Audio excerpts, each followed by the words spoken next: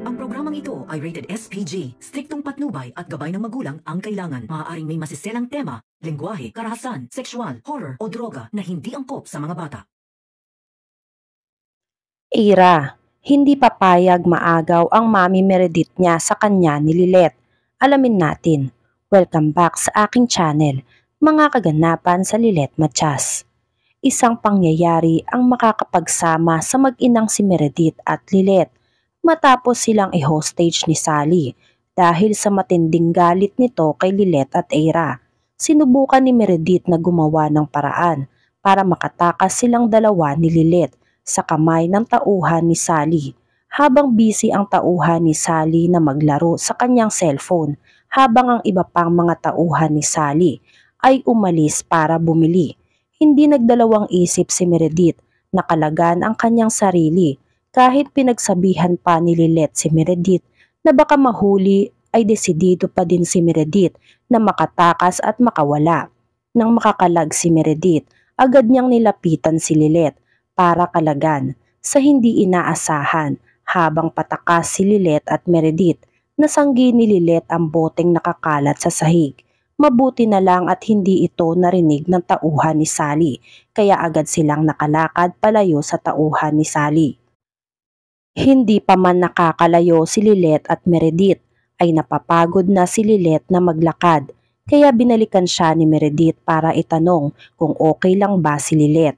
Magpapatuloy na sana sila sa pagtakas nang biglang dumating ang tauhan ni Sally. Tinutukan ng baril si Lilet at Meredith. Nagtago naman si Lilet, samantalang si Meredith ay pinangsangga ang sarili para kay Lilet.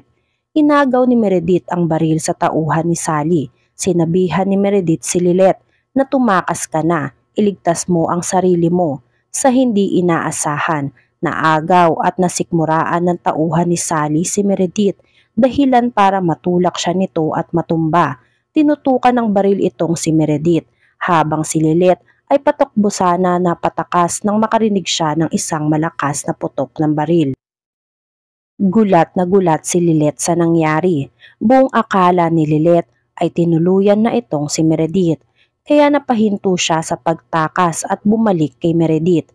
Nabihag ulit sila ng tauhan ni Sally dahil hindi magawang tuluyan ng tauhan ni Sally si Meredith dahil nag-aantay sila dito ng ransom ng 2 milyon kapalit ng pagpapakawala nila.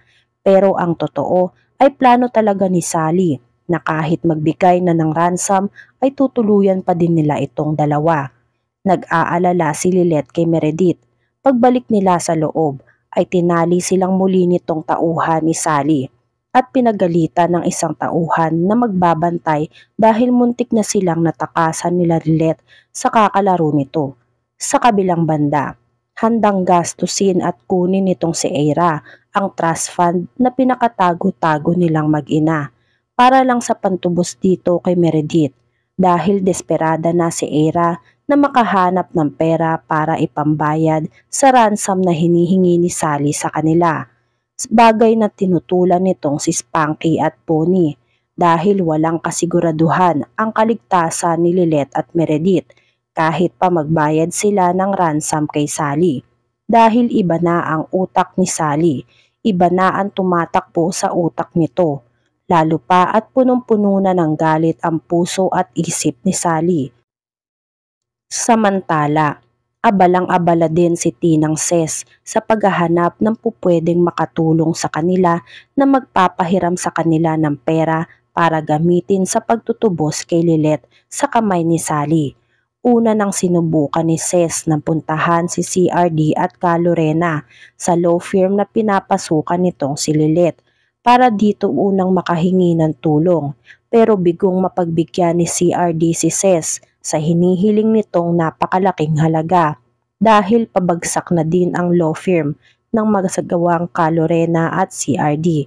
Kaya mas priority daw nitong si CRD na bumili ng law firm kahit gustuhin pa nga daw ni CRD na makatulong sa pagsalba kay Lilet ay wala na silang magagawa dahil nakalaan na ang pera nila para sa pagbili ng law firm.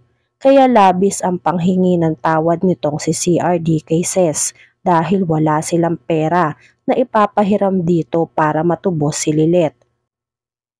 Pag-alis nila Lorena at CRD, nawalan na ng pag-asa si Melay na makahanap pa ng taong makakatulong sa kanila para pagbigyan sila sa hinihiling nila para maisalba si Lilet. Pero dahil desidido at desperada na si Ces na makahanap ng pera para kay Lilet, naisipan niyang lumapit at humingi ng tulong kay Patricia. Kahit alam ni Ces na hindi magandang ideya ang manghingi ng tulong kay Patricia dahil mortal na kaaway nito si Lilet. Pero wala nang choice si Ces dahil si Patricia na lang ang kilala ni Ces na may kakayahan na ganong kalaking halaga.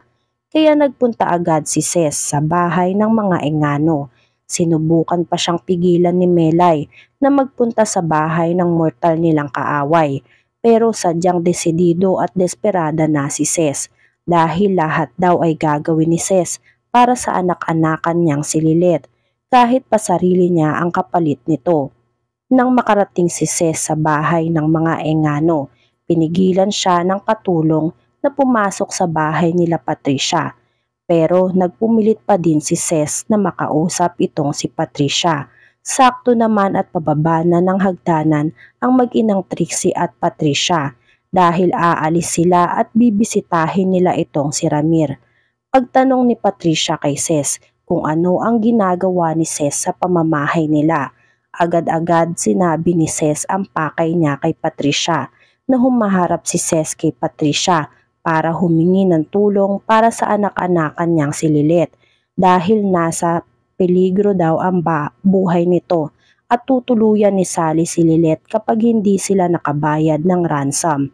Nagkaroon ng idea si Patricia na pahirapan at ipahiya itong si Ces dahil alam ni Patricia na gagawin lahat ni Ces para sa anak niyang si Lilet.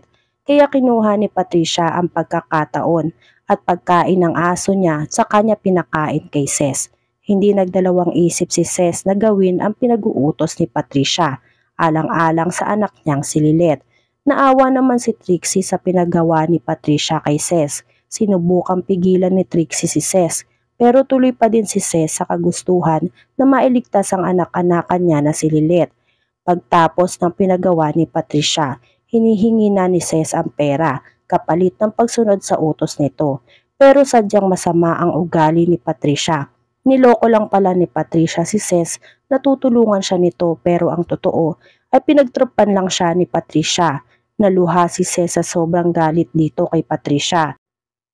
Samantala, pinuntahan ni Patricia si Eira para pigilan sa mga plano nitong tulungan si Lilet na makalaya sa kamay ni Sally dahil anak ni Meredith at kapatid niya ito na kung sakaling makabalik si Lilet ng ligtas ay maaaring mawala ng mami si Moira dahil paniguradong aagawin ni Lilet si Meredith kay Eira. Nagulantang si Eira sa revelasyong nito si Patricia sa kanya. Hindi makapaniwala si Eira na kapatid niya ang mortal niyang kaaway na si Lilet.